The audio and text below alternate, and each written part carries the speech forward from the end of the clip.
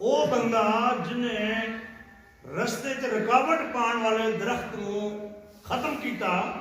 حالانکہ عام طور پر درخت نہیں بڑھنے چاہیے, لانے چاہیے, انہیں فائدہ پہنچانا چاہیے, لیکن اس طرح کی جگہ دے نبی پاک علیہ السلام نے فرمایا کہ انہیں وہ رستہ کلیئر کر دیتا.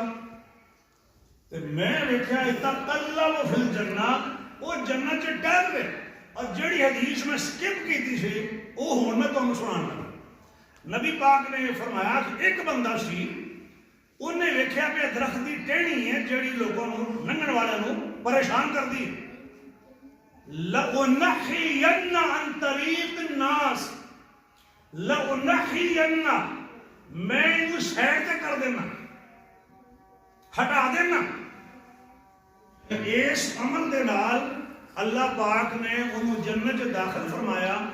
اور جڑی اہم چیز میں تو دسنی سی وہ اے, لم یعمل خیرن قط, نبی پاک علیہ السلام فرماندے نے اے او بندہ سی جنہیں کدے بھی کوئی چنگا کام نہیں سی کیتا.